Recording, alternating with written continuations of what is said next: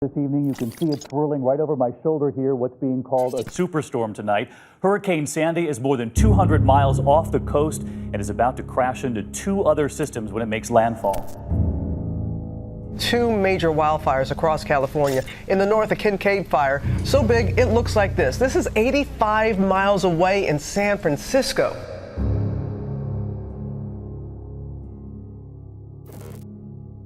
If everyone in the world lived the way people do in the US, it would take 5 Earths to provide enough resources for everyone.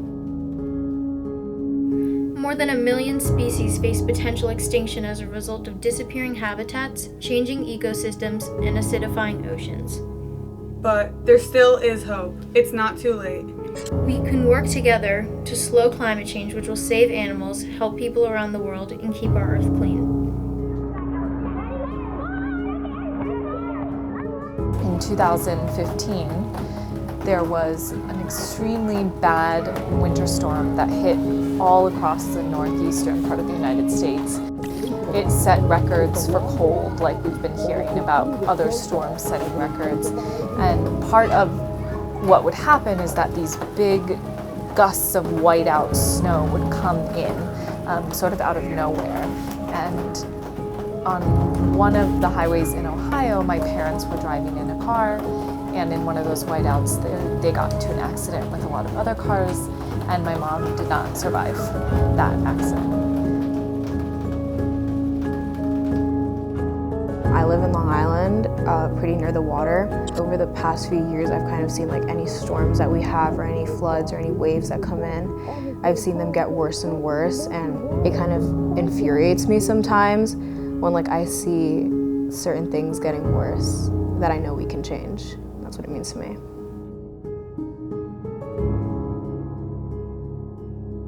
So I am one of the national coordinators of Extinction Rebellion Youth US, which is this branch of the larger climate movement. Extinction Rebellion is a nonviolent direct action movement that was started in the United Kingdom last November, just a year ago, and around April, March, when the climate strike, the first big climate strike happened, I decided that I wanted to be really involved because I think that the climate crisis is one of the biggest security threats that we face today, and I think that youth have a really important role in that, and so I decided to get really involved.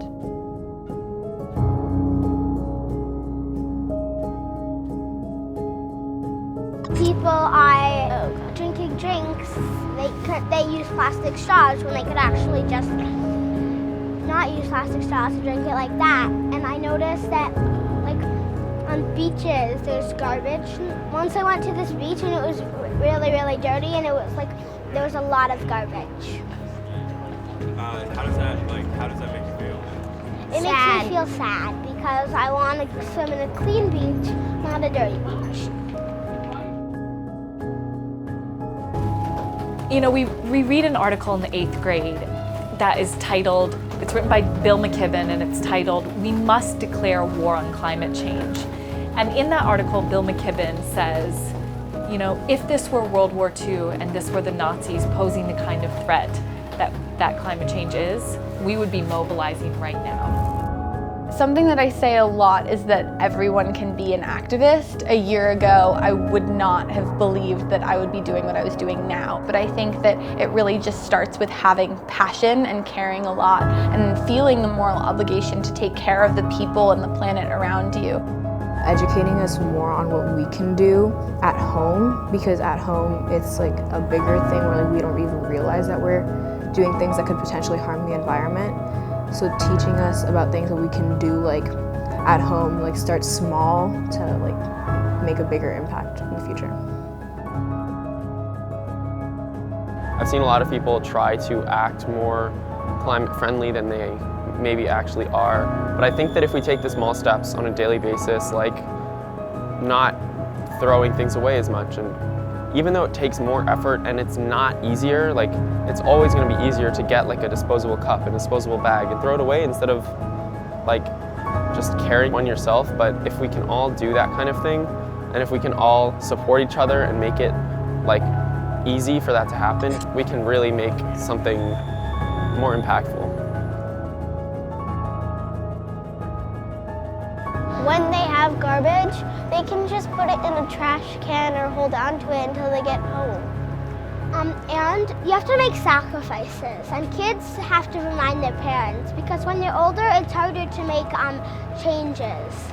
There are the solutions out there. I think that's what people forget, is that we know how we can stop this, and it is possible. Yes, it is going to take massive change, but we can do that, and we have done that in times of crisis. People rally together, and so I hope to kind of see that on the mass scale, and I do think that that is going to happen because it has to.